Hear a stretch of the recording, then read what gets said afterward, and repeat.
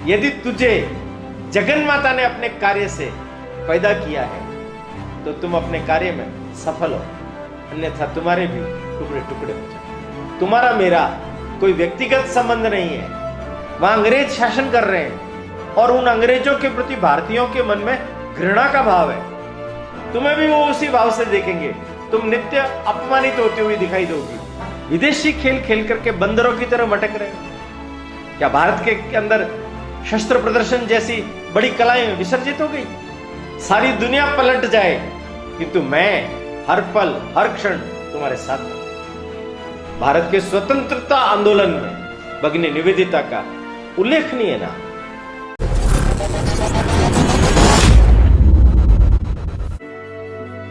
भारतीय स्वतंत्रता के 75वें वर्ष पर प्रारंभ हुए अमृत महोत्सव पर समुत्कर्ष समिति द्वारा आयोजित व्याख्यान श्रृंखला यह गाथा है बलिदानों की में हमें आज माननीय ओम प्रकाश जी भाई साहब का मार्गदर्शन प्राप्त होने वाला है। आदरणीय ओम जी भाई साहब हम सभी के सुपरिचित हैं। पूर्व में समुत्कर्ष समिति द्वारा आहूत विभिन्न व्याख्यानमालाओं में और अन्य अवसरों पर हम सभी को आपका सांस्कृतिक परक जीवन मूल्य संवर्धक पाठ्य प्राप्त होता रहा है। मैं आज के इस पुनीत अवसर पर मान्यवर भाई साहब से निवेदन करूंगी कि वे हमें प्रबोधन प्रदान करावें।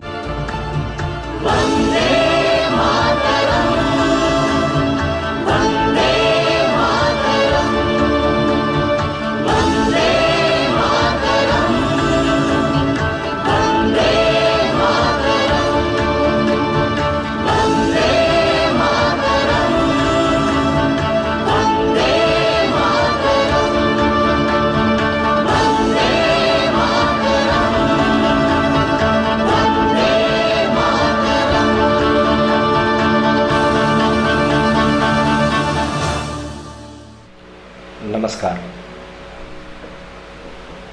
समुत्कर्ष व्याख्यान श्रृंखला ये गाथा है बलिदानों की। मैं आप सबका हार्दिक स्वागत है। पिछली बार हम सब लोगों ने चापेकर बंधुओं की कथा सुनी थी और उस कथा के अंत में भगिनी निवेदिता जो उनकी मां द्वारिकाबाई से मिलने के लिए आई, उनके बारे में हमने सुना था। मित्रों, आज के इस एपिसोड में उस भगिनी निवेदिता के बारे में थोड़ा हम विस्तार से समझने की कोशिश करेंगे। मैं आपको 2-3 प्रमुख बातें उल्लेखित करता हूं।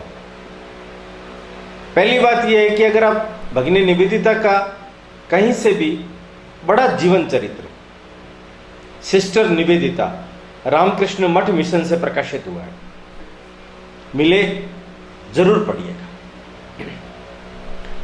एक ऐसा जीवन चरित्र है कि जिसके समकक्ष, जिसके जैसा कोई नहीं। एक ईसाई पादरी की बेटी भारत माता की बेटी बनकर अपने जीवन को किस तरीके से इस देशोत्थान के कार्य में उत्सर्ग कर देती है। स्वामी विवेकानंद जी के बारे में तो हम जानते हैं। 39 वर्ष 5.5 महीने लगभग उनका जीवन रहा है, पर ये उनकी जो परम शिष्या है, इसने अपने छोटे से जीवन में इतने काम किए हैं कि जिसकी कोई सानी नहीं।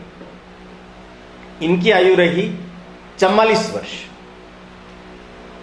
केवल 44 वर्ष, और उसमें भी भारत का जो समय है वो तो बहुत ही अल्पकाल है। मैंने पिछली बार बताया था कि भगिनी निवेदिता 1898 में 28 फरवरी के दिन कोलकाता आ गई थी 98 से लगा करके और 13 अक्टूबर को उनका स्वर्गवास हुआ 1913, इतने तक वो यहां रही। अनुमान अगर करना हो तो लगभग 15 वर्ष का कालखंड है। एक 15 वर्ष के छोटे से कालखंड के अंदर कोई महिला जिसका कोई साथ नहीं, जिसका कोई संगी नहीं, सर्वत्र जिसका विरोध है, वो अपने स्वयं के बलबूते पर, आर्थिक विपन्नता तो उन दिनों उनके ऊपर सिर पर चढ़ी हुई थी, अनेक प्रकार की बाधाएं और संकट नित नए उठ करके खड़े हुए थे। इन सब के बावजूद उसने इस भारत माता की कैसे सेवा की, उसके बारे में थोड़ा सा आप जानने की कोशिश कीजिए। मैं भगिनी निवेदिता के जन्म स्थान की ओर, इंग्लैंड की ओर आपको लेकर के चलता हूं। भगिनी निवेदिता का जन्म 28 अक्टूबर 1867 को टॉयरॉन, आयरलैंड, वहां हुआ। इनका खुद का परिवार और उनकी माताजी का परिवार बड़े क्रांतिकारी थे, सद्विचारी लोग थे, सद्भावी लोग थे। ईसाईयत का मूल मर्म सेवा भाव उन लोगों ने अपने जीवन में उतारा हुआ था। इनके पिताजी सैमुअल रिचमॉन्ड, इनकी मां मेरी हैमिल्टन, एक छोटा भाई भी है, एक छोटी बहन भी है। 17 वर्ष की आयु में इसने अपनी पढ़ाई लिखाई पूरी कर ली। किंतु एक बड़ा महत्वपूर्ण प्रसंग जो सोचने और समझने का है, इस दंपति के कोई संतान नहीं हो रही थी, तो चर्च में जाकर के हाथ जोड़ करके मां मेरी को बोला, यदि हमारे कोई संतान पैदा होगी तो उसे हम धर्म कार्य के लिए समर्पित कर देंगे। देखिए आप, जन्मने से पहले उसके भविष्य के संदर्भ में उसके माता पिता किस तरीके से संकल्पित होते हैं। हुआ भी ये, उनके पिताजी का जब स्वर्गवास हुआ तब ये उनके पास नहीं थी, पर इनके पिताजी ने परिवार वालों को बड़ा स्पष्ट संकेत दिया, भारत की ओर से कोई आह्वान आएगा, इसको बुलाएगा, तब तुम लोग इसको रोकना मत, जाने देना, ये अपने कुल का नाम रोशन करेगी, ये बहुत बड़ा काम करेगी। अब आप देखिए, उसके पिताजी और उसकी मां उसके जन्म से पहले और जन्म के बाद उसके भविष्य का निर्धारण नहीं कर रहे क्या? और वास्तव में उसके संस्कार ऐसे थे कि उसने 17 वर्ष की उम्र के बाद एक स्कूल ज्वाइन किया। वो ईसाई चर्च के द्वारा चलता था। ये बिना भेदभाव के खान के अंदर काम करने वाले श्रमिकों के बच्चों के बीच में काम करती थी, पर जो चर्च था वो जैसा चाहता था उनके अनुसार ये नहीं चल पा रही थी। इसने वहां बहुत प्रयास किया,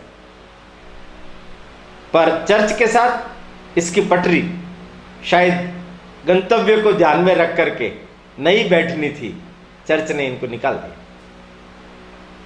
ये इंग्लैंड आ गया।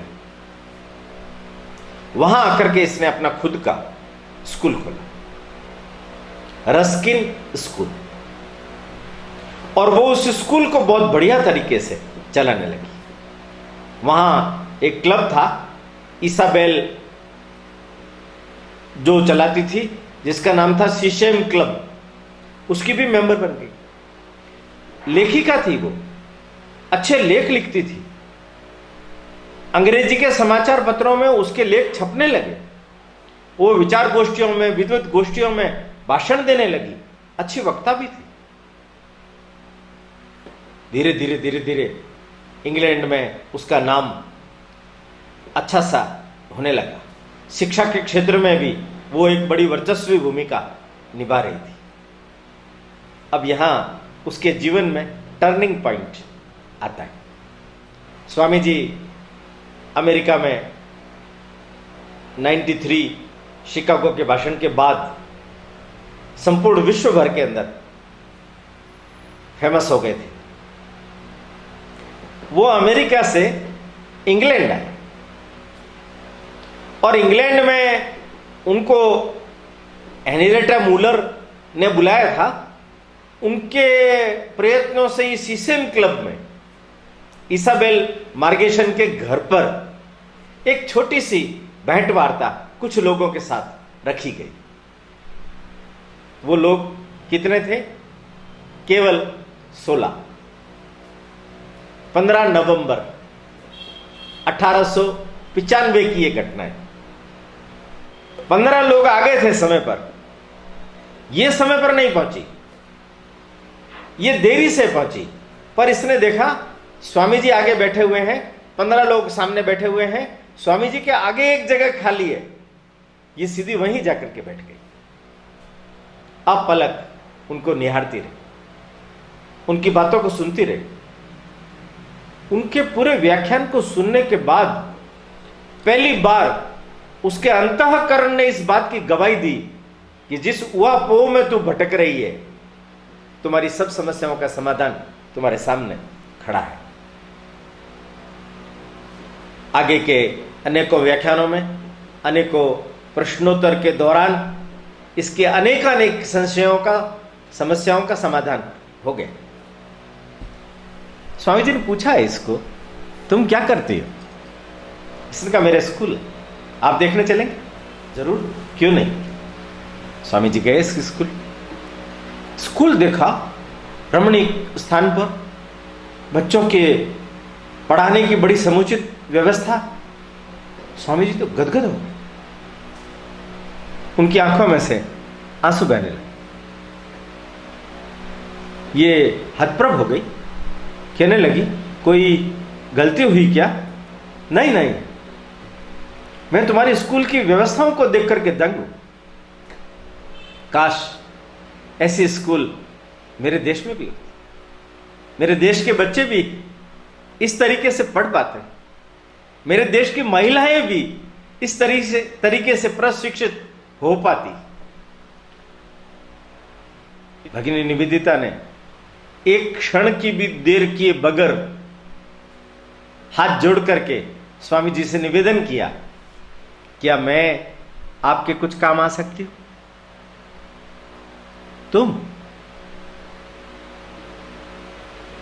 तुम वहां कैसे काम कर पाओगी? मैं कर लूंगी। यहां से बीजारोपण शुरू हो गया। बीच में अनेक पत्र व्यवहार चले। स्वामी जी ने इसकी कड़ी परीक्षाएं ली, डराया है, धमकाया है। यह भारत है, गर्म प्रदेश है, तुम ठंडे प्रदेश की रहने वाली हो, वहां का जलवायु तुम्हें सहन नहीं, खान पान तुम्हें सहन नहीं होगा। और तुम नहीं जानती वहां अंग्रेज शासन कर रहे हैं और उन अंग्रेजों के प्रति भारतीयों के मन में घृणा का भाव है। तुम्हें भी वो उसी भाव से देखेंगे, तुम नित्य अपमानित होती हुई दिखाई दोगी, तब तुम वहां नहीं रह पाओगे। बहुत अशिक्षित, बहुत गरीब, बहुत असभ्य प्रकार के लोग हैं, उनके बीच में रहकर के तुम कैसे काम कर पाओगे? अनेक प्रकार की चीजें कहने के बाद भी निवेदिता, जिसका असली नाम है मार्गरेट एलिजाबेथ नोबुल लिखती है, मैं अवश्य ही ये सब काम कर लूंगी, इस सब प्रकार की परिस्थितियों को मैं झेल लूंगी। स्वामी जी लिखते हैं, यदि तुम इन सब को झेल सकती हो तो तुम्हारा 100 बार स्वागत है। सारी दुनिया पलट जाए किंतु मैं हर पल हर क्षण तुम्हारे साथ रहूंगा। आ गई निवेदिता, अपना स्कूल दूसरों को संभला करके भारत आ गई।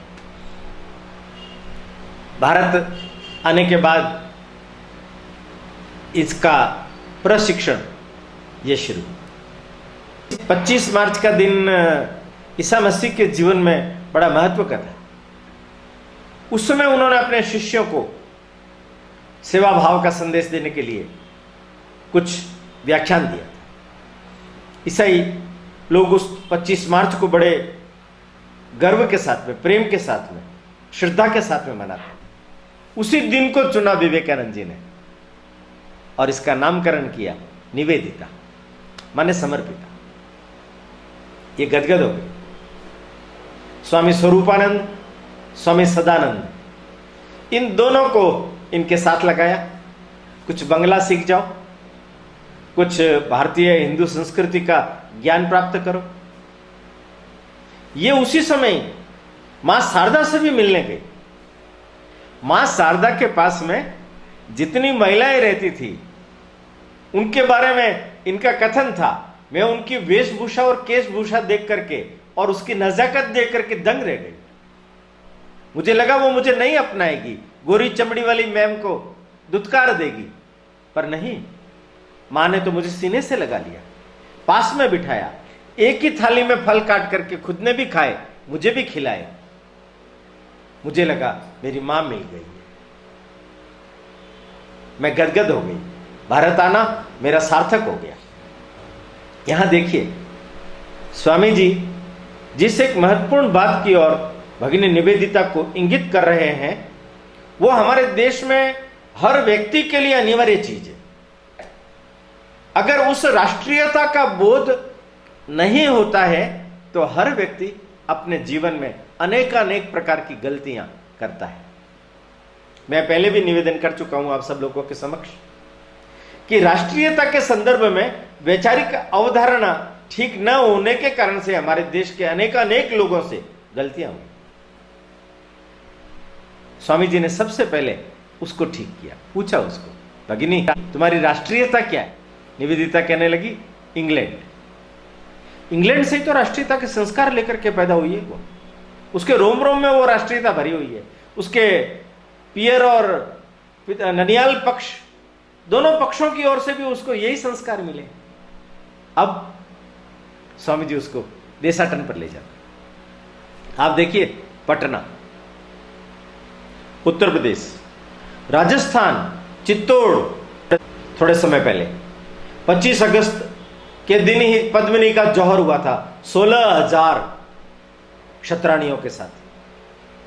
पद्मिनी के जौहर के बारे में बताया, गुरु गोविंद सिंह और उनके चारों पुत्रों के बलिदान के बारे में बताया।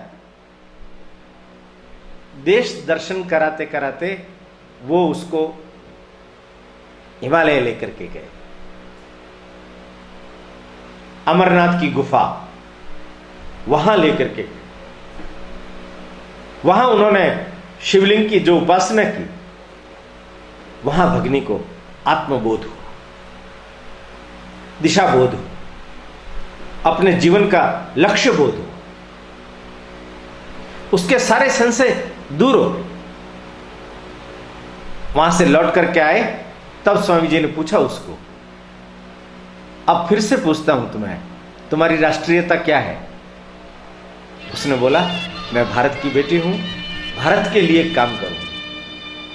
मित्रों, यह केवल वाक्य नहीं है कि मैं भारत की बेटी हूं और भारत के लिए काम करूंगी। आप उसका संपूर्ण जीवन देखेंगे तो उसके जीवन के कण कण में, हर क्षण में यह चीज आचरित होती हुई, व्यवहार में आती हुई दिखाई देगी। लौट करके आगे, भारत में आए हुए लगभग 9 महीने हो गए थे। 9 महीने में पैदा हुआ उसका निवेदिता कन्या पाठशाला, स्कूल खोल दिया, बच्चियों को इकट्ठा करके लाने लगी, पढ़ाने लगी। दिन के समय में अन्य घरों की महिलाओं को भी बुला करके कुछ शिक्षा दीक्षा देने लगी। कुछ सेवा कार्यों की और भी उनका ध्यान केंद्रित किया। कुछ उसने वंदे मातरम का गान, अच्छे संस्कार, स्वदेशी भावना का बोध, स्वदेशी वस्तुओं का उत्पाद भी बने, उसका प्रशिक्षण भी उसने शुरू किया। उसका जो घर था वहां रविवारीय भेंट वार्ता होती थी। तब कलकत्ता के अच्छे अच्छे जाने माने पत्रकार, कलाविद, क्रांतिकारी, राजनेता, अनेक प्रकार के लोग वहां आकर के भगिनी निवेदिता से चर्चा करके समाधान प्राप्त करते थे। भगिनी निवेदिता उत्तरोत्तर अपने काम को आगे बढ़ाने लगी। उस समय में कलकत्ता में प्लेग फैल गया था। उस प्लेग की बीमारी को छूत का रोग मान करके लोग दूर भागते थे। उन इलाकों के अंदर भगिनी स्वयं झाड़ू लेकर के सफाई कर रही है, नालियां साफ कर रही है, सेवा के काम कर रहे हैं। विवेकानंद जी के साथ मिलकर, स्वयं सेवकों के साथ मिलकर के उन्होंने उस कालखंड के अंदर प्लेग के लिए जो सेवा कार्य किया वो बहुत ही अद्भुत। विवेकानंद जी का जो जीवन है वो तो अल्पकाल का है। 98 से 1902 माने 4 वर्ष का ही सानिध्य निवेदिता को विवेकानंद जी का मिल पाया है। अब स्कूल वगैरह चलाने के लिए पैसे वगैरह की जब जरूरत रहती है तो स्वामी जी जब द्वितीय विश्व यात्रा के लिए निकले तब इसको साथ लेकर के गए। ये लगभग 1.5 वर्ष पेरिस इंग्लैंड की तरफ रही। उस समय की एक बड़ी विचित्र बात ध्यान में करने लायक है। वहां इसने स्वामी जी को बोला, स्वामी जी, अमेरिका में, इंग्लैंड में आपका बहुत पुराना संपर्क संबंध है, बड़े अच्छे धनाढ्य लोगों से संपर्क संबंध है, जो लोग आपको सहायता करते ही हैं। अपनी स्कूल के लिए धन की आवश्यकता है, आप कुछ लोगों को धन के लिए आग्रह कर दीजिए ना। स्वामी जी ने उसको एक पत्र लिखा। उसमें उन्होंने एक घटना का उल्लेख किया। उन्होंने कहा, अरब देशों में कुछ कट्टरपंथी संप्रदाय हैं, उनके वहां बच्चे पैदा होते हैं तो बच्चों को हाथ में लेकर के उछालते हैं आकाश में और कहते हैं, यदि तुझे खुदा ने पैदा किया है तो तुम जिंदा रहो, अन्यथा तुम्हारे टुकड़े टुकड़े हो जाए। मैं उस घटना को याद दिला करके तुम्हें इंगित करता हूं, यदि तुझे जगन माता ने अपने कार्य से पैदा किया है तो तुम अपने कार्य में सफल हो, अन्यथा तुम्हारे भी टुकड़े टुकड़े हो जाए। तुम्हारा मेरा कोई व्यक्तिगत संबंध नहीं है। तुम्हें जिस तत्व की दीक्षा दी गई है तुम उस तत्व निष्ठा में लीन होकर के अपने कार्य को करो। देखिए आप, कितना बहुमूल्य निर्देशन स्वामी जी ने भगिनी निवेदिता को अपने जीवन में दे दिया। काम क्या करना है ये मैंने तुम्हें बता दिया। जैसे स्कूल, वहां स्कूल खोलना चाहिए, पर पद्धति क्या रहेगी, शिक्षण कैसा रहेगा, कैसी तैयारी करनी पड़ेगी इत्यादि किसी भी बात पर स्वामी जी का कोई हस्तक्षेप नहीं। इंग्लैंड की रहने वाली भगिनी निवेदिता भारतीय संस्कारों से दीक्षित स्कूल चला रही है। आपने शायद सुना होगा, रविंद्रनाथ टैगोर से मिलने के लिए जब गई थी ये, रविंद्रनाथ टैगोर तो इनको लोकमाता नाम से पुकारते थे। उन्होंने अपनी बेटी को इसके हवाले कर दिया और कहा, इसे भी तुम अंग्रेजी मैम बना दो। इनके पिताजी देवेंद्रनाथ ठाकुर ब्रह्म समाजी हो गए थे। ये भी अंग्रेजियत में शिक्षित दीक्षित थे। भगिनी निवेदिता तमतमा उठी, कहने लगी, धिक्कार है आपको, अपनी बच्ची को अंग्रेजी मैम बनाना चाहते हो? भारतीयता के संस्कारों से ओतप्रोत कीजिए इसे। दंग रह गए वो। गोरी चमड़ी वाली महिला किस प्रकार की बात बोल रही है? अपने स्कूल के लिए कलकत्ता में वो अनेकों लोगों के पास गई। एक जगह की बड़ी प्रसिद्ध घटना है कि एक श्रीमंत परिवार के यहां धन मांगने गई तो उन्होंने इनका अपमान कर दिया, कह दिया निकल जाओ यहां से। मैं सब जानता हूं, जो लोग चंदा करते हैं वो केवल अपना घर भरते हैं। इसने कहा, आप हमारा स्कूल चल करके देखिए तो सही, बहुत अच्छा सेवा कार्य है। महिलाओं के लिए अच्छा सेवा कार्य करते हैं, विधवाओं के लिए अच्छा सेवा कार्य करते हैं। ये सज्जन श्रीमंत धनाढ्य व्यक्ति क्रोध में आवेश में आकर के और चिल्ला करके कहा कि तुम जाती हो कि मेरे नौकरों से तुम्हें क्या करके धक्के मार करके बाहर निकालू। निवेदिता ने संयम खोया नहीं, बड़े प्रेम से वो आग्रह करती रही, कुछ भी दे दीजिए आप, थोड़ा बहुत भी देंगे तो चलेगा। इस श्रीमंत को इतना भयंकर गुस्सा आ गया कि उसने हाथ उठा करके थप्पड़ मार, थप्पड़ लगा।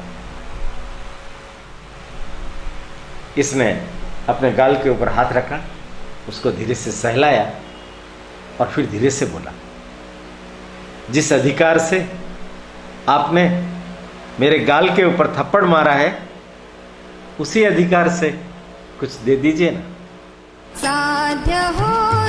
पत्थर पिघल गया, उसे आत्मग्लानि अपने व्यवहार पर बिठाया, सत्कार किया। वैसा अपने व्यक्तिगत मान और अपमान को परे रखकर अपने ध्येय के लिए किस प्रकार से कोई कार्यकर्ता समर्पित हो पाता है, ये निवेदिता में देखने पर मिलता है। सीखने लायक, सीखने लायक। स्वामी जी का अंतिम समय लगभग आ गया था। उससे पहले एकादशी के दिन 2 दिन पहले निवेदिता को भोजन करने के लिए बुलाया। उससे पहले उनके घर जाकर के आगे की सारी योजनाओं के बारे में चर्चा की। देखो, तुम्हारा राजनीतिक क्षेत्र में भी संपर्क संबंध है, क्रांतिकारी लोगों से भी संपर्क संबंध है, पत्रकारों से संपर्क संबंध है। तुम अनेकानेक कार्यों में प्रेरणा बनकर के काम कर रही हो, साहित्य सृजन भी कर रही हो। ये सब काम करो तो भारत देश जब तक स्वतंत्र नहीं होगा, जब तक हमें स्वराज्य प्राप्त नहीं होगा, जब तक हम हमारी संस्कृति के अनुरूप कार्य को खड़ा नहीं करेंगे, तब तक देश का उत्थान संभव नहीं। तुम देशो उत्थान के कार्य में लगी हुई हो सकता है आगे कुछ ऐसी परिस्थितियां आ जाए कि तुम्हें कोई दूसरा रास्ता चुनने के लिए बाध्य करे, तब तुम बाध्य मत हो। अपने ध्येय को, अपने लक्ष्य को सदा अपनी आंखों के सामने रखना, उसे ओझल मत होने दे। भोजन पर जब बुलाया तो हाथ धुलवाए और तौलिए से इनके हाथ पहुंचे भी। निवेदिता कहने लगी, स्वामी जी ये तो हमें करना चाहिए ना। स्वामी जी ने कहा, क्या ईसा मसीह ने अपनी मृत्यु से पहले अपने शिष्यों के पैर नहीं धोए थे? इसके मुंह से वो शब्द निकलने वाले थे, वो तो उनका अंतिम समय था, पर निकल नहीं पाए, होठों के अंदर ही वो शब्द रह गए। किंतु जब 2 दिन बाद स्वामी जी के प्राण पंखेरु पिंजरे को तोड़ करके उड़ गए, तब समझ में आया, अरे ये तो स्पष्ट संकेत था। अनाथ हो गई, अनाथ हो, शमशान में गई। दाह संस्कार के समय स्वामी जी की बॉडी चिता पर रखी हुई थी, उनके ऊपर एक केसरिया रंग की शॉल डाली हुई थी। ये कोने में बैठी बैठी टुकुर टुकुर आंसू बहा रही है, उस तरफ देख रही है। इसके मन में एक भाव पैदा हुआ। स्वामी जी चले गए, अपनी कुछ निशानी भी मुझे देकर के नहीं गए। काश ये जो भगवा चादर है ये मुझे मिल जाए। और देखिए भगवती की कृपा, काली की कृपा, काली के प्रति उसकी अथाह श्रद्धा फलीभूत हुई। आंधी सी आई, हवा आई तेज, और वो स्वामी जी के शरीर के ऊपर ये उड़ाई हुई साल को उड़ा करके और सीधी भक्ति निवेदिता के ऊपर ले जा करके उड़ा दिया। गदगद हो गई, ज्योति ज्योति में विलीन हो गई। और यहां एक फिर से टर्निंग पॉइंट आकर के खड़ा हो गया। अब देखिए, रामकृष्ण और विवेकानंद की निवेदिता, ऐसा कहकर के ये अपना परिचय कराती थी। उसी रामकृष्ण मठ मिशन के उस समय के अध्यक्ष स्वामी ब्रह्मानंद और स्वामी शारदानंद, प्रेमानंद, इन लोगों ने भगिनी निवेदिता को उसी दिन रात को 4 जुलाई को बुलाया और बुला करके चर्चा शुरू की। 2 रास्ते हैं, स्त्री शिक्षा, कन्या शिक्षा। शिक्षा के क्षेत्र में ही पूरा ध्यान केंद्रित करना, और तुम्हारा ध्यान देश को स्वतंत्र कराना, क्रांतिकारियों को सहायता देना, अनेक अनेक सेवा कार्य करना, कलाकारों से, पत्रकारों से, इतिहासकारों से, राजनेताओं से, हर दल के राजनेताओं से संपर्क संबंध रखना, ये मठ मिशन में नहीं चलेगा। मठ मिशन में अगर रहना है तो राजनीति छोड़नी पड़ेगी। तुम निर्णय करो। 7 दिन रात्रि के समय में प्रतिदिन ये चर्चा चलती रही। अंततोगत्वा सीने पर पत्थर रखकर अपने जीवन को जिस मिशन के कार्यों में समर्पित करके वो निवेदिता बनी, उस संघ को छोड़ने का निर्णय उसने कर लिया।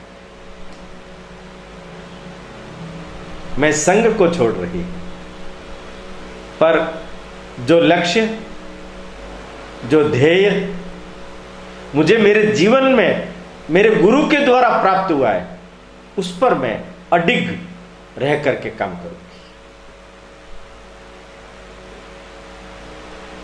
निवेदिता कन्या पाठशाला, निवेदिता के जाने के बाद रामकृष्ण विवेकानंद कन्या पाठशाला हो गई। बात पहले नहीं। संघ से संबंध विच्छेद हो गया, पर संपर्क सब लोगों से उसने बना के रखा। यहां तक मठ मिशन के युवा नए सन्यासियों की वो गार्जियन भी सिद्ध हुई। किसी को किसी भी प्रकार की समस्या का समाधान होता तो उनके पास जाते। स्वामी सदानंद, विवेकानंद जी के पहले शिष्य, वो अंतिम समय में जब बीमार हुए तो भगिनी निवेदिता ने अपने घर के पास एक किराए का मकान लेकर के उनको रखा और उनके लिए एक सेवक रख करके सारी सेवा शुश्रूषा की। माने उनके लिए सब प्रकार के काम वो करती रही। नाम मात्र का संबंध विच्छेद, ये उसके जीवन का एक बड़ा महत्वपूर्ण मोड़। पर इसके बाद का कालखंड देखिए, जिस कालखंड में इसने बड़ी प्रखरता से, बड़ी तेजस्विता से, बड़े क्रांतिकारी तरीके से अपने जीवन को देश कार्य के लिए लगाया। कुछ चंद उदाहरण देखिए आप। ये नागपुर गई, वहां भोसलों की राजधानी है। नागपुर के अंदर युवकों का एक कार्यक्रम था, उसमें इनको आमंत्रित किया था। वहां उन लोगों ने क्रिकेट जैसा मैच इनके सामने प्रदर्शित किया, तो इन्होंने बाद में बहुत लताड़ा, कहा विदेशी खेल खेल करके बंदरों की तरह भटक रहे होते, क्या भारत के अंदर शस्त्र प्रदर्शन जैसी बड़ी कलाएं विसर्जित हो गई? दूसरे दिन अखाड़ों का प्रदर्शन हुआ, तब उसने गदगद होकर के कहा, इसी देशभक्ति की उम्मीद मैं आप सब लोगों से करती हूं। वहां से वो गई बड़ौदा। बड़ौदा में महर्षि अरविंद से भेंट की। एक राष्ट्रीय आंदोलन की आवश्यकता है, क्रांतिकारी आंदोलन की आवश्यकता है। उसके लिए आपको ये बड़ौदा के कॉलेज के प्राचार्य पद को त्याग करना पड़ेगा। आप आश्चर्य करेंगे, आगे महर्षि अरविंद का जीवन जब आपके सामने आएगा तब मैं विस्तार से बताऊंगा। किंतु 700 रुपए की नौकरी छोड़ करके निःशुल्क अवैतनिक राष्ट्रीय विद्यालय में अपनी सेवाएं देने के लिए, क्रांतिकारी गतिविधियों में संलग्न होने के लिए भगिनी निवेदिता के कहने पर महर्षि अरविंद तैयार हो गए। उनको प्रेरणा देकर के इस काम में जोड़ा। लाल, बाल, पाल, इनसे संपर्क, चित्तरंजन दास बसु, इनसे संपर्क। वो काशी और कलकत्ता के कांग्रेस के अधिवेशनों में भी गई है। मिस्टर हेमेल, नंदलाल बसु, असित हालदार, ऐसे बड़े कलाकार, शिल्पकार, चित्रकार, उन लोगों को वो भी राष्ट्रीयता से ओतप्रोत कला का प्रदर्शन हम कैसे कर सकते हैं। माने उनकी दृष्टि में साहित्य हो, शिक्षा हो, कला हो, इतिहास हो, राजनीति हो, कोई सा भी क्षेत्र हो, स्वदेश भक्ति की भावना है या नहीं, स्वदेशी तत्व बोध के आधार पर उनका उत्थान हुआ है या नहीं, यह दृष्टि उसकी रहती थी। उसके घर पर अनुशीलन समिति के सारे लोग आते थे, वहीं योजना बनती थी। वो उनकी कार्यकारी सचिव थी।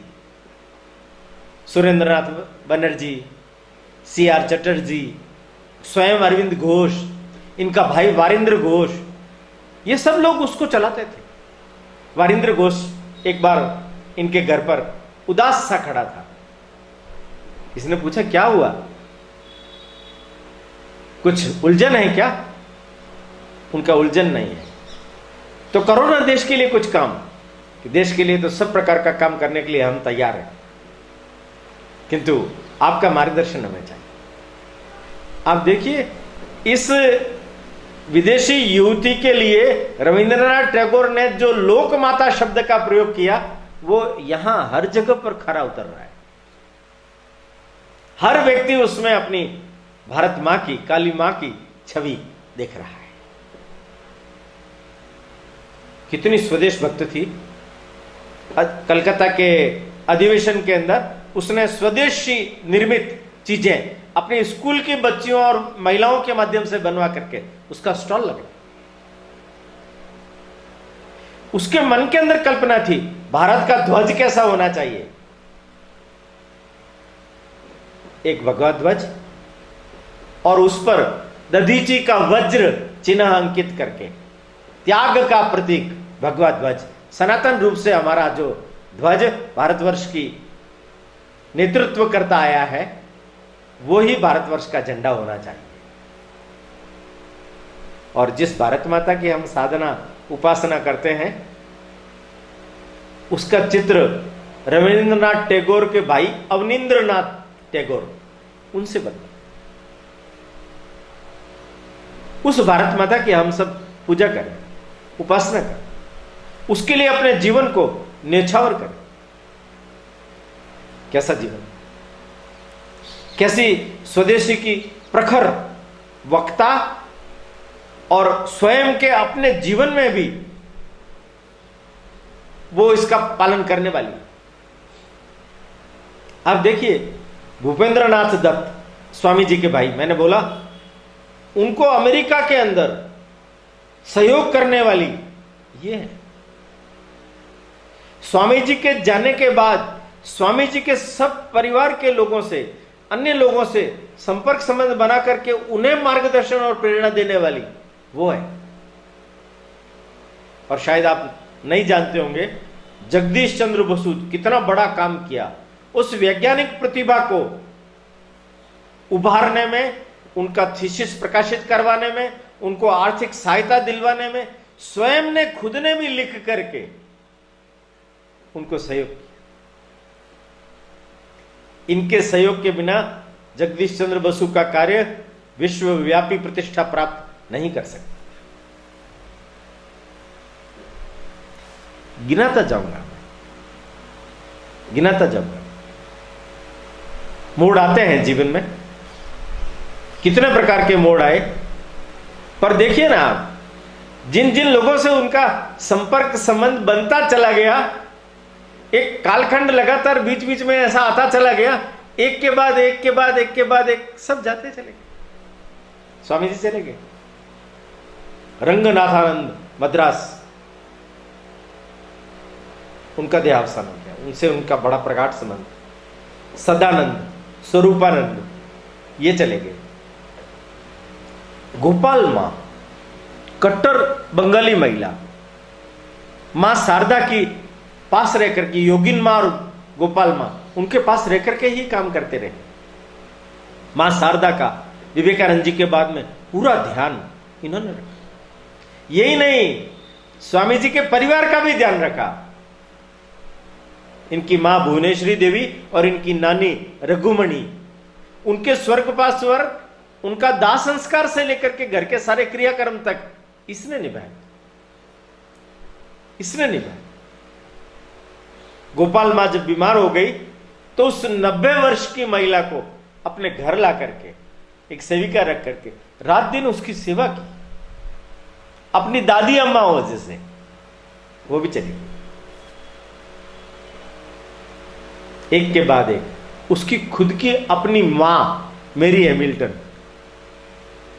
उसने समाचार किया कि मैं बीमार हूं, तुम मुझसे मिलने के लिए आओ। किंतु भारत से आते समय में रुद्राक्ष की माला, कृष्ण भगवान का एक फोटो, गीता और गंगा जल ये जरूर लेके आ। वो अपनी मां के लिए लेके गई। अंतिम समय में मां के पास रह करके उसकी सेवा की, मां भी चली। और स्वामी विवेकानंद जी, जिसको धीरा माता कह करके बुलाते थे, श्रीमती ओली बुल, बहुत धनाढ्य महिला थी अमेरिका की, उसका विश्वास भी निवेदिता के ऊपर ही था। वो अंतिम समय में अकेली थी, अस्वस्थ हो गई थी, तो इसको बुलाया वहां। ये वहां गई, उनका एक भाई, उनकी एक बहन आ गई, इनके ऊपर झूठे आरोप लगाए, तुम तो पैसा लेने के लिए यहां आ गई हो। इसने खून का घूंट पी करके उसकी सेवा की। और जब उनका स्वर्गवास हो गया तो किसी दूसरे आदमी को उनके पैसों की समुचित व्यवस्था करने का कह करके वापस भारत लौटे।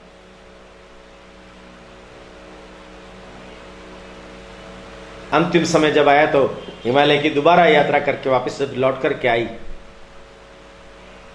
तो रक्त ज्वर में आ गया।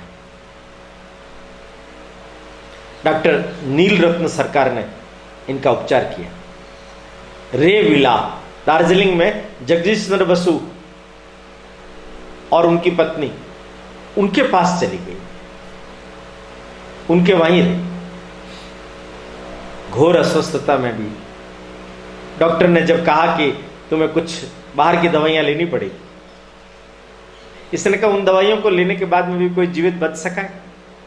मरना तो सबको एक बार है, फिर विदेशी दवाई खा करके क्यों? सुनिए आप बात, इंग्लैंड की रहने वाली, ईसाईयत में पैदा हुई,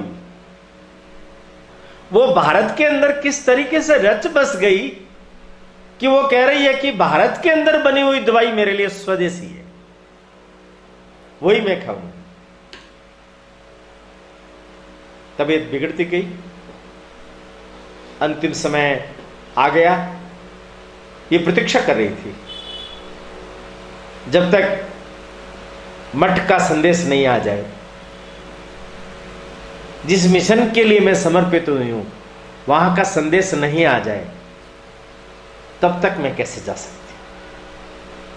आगे गोनेन महाराज आम का टोकरा लेकर आए, मठ का प्रसाद आ गया, स्वीकृति मिल गई। रामकृष्ण और विवेकानंद मेरी प्रतीक्षा कर रहे हैं, मैं आ रही हूं, मैं आ रही हूं।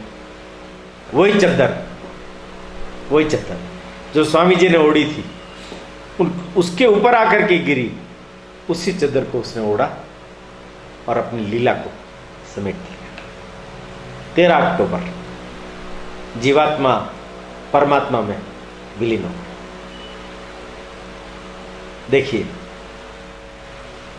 एक सबसे महत्व की बात जिस पर ध्यान देना चाहिए, बंग भंग का जब आंदोलन चला तो कर्जन वॉयली उसने ये सब खेल खेला। उसका विरोध न केवल कलकत्ता में बल्कि इंग्लैंड में जाकर के भी इसने की।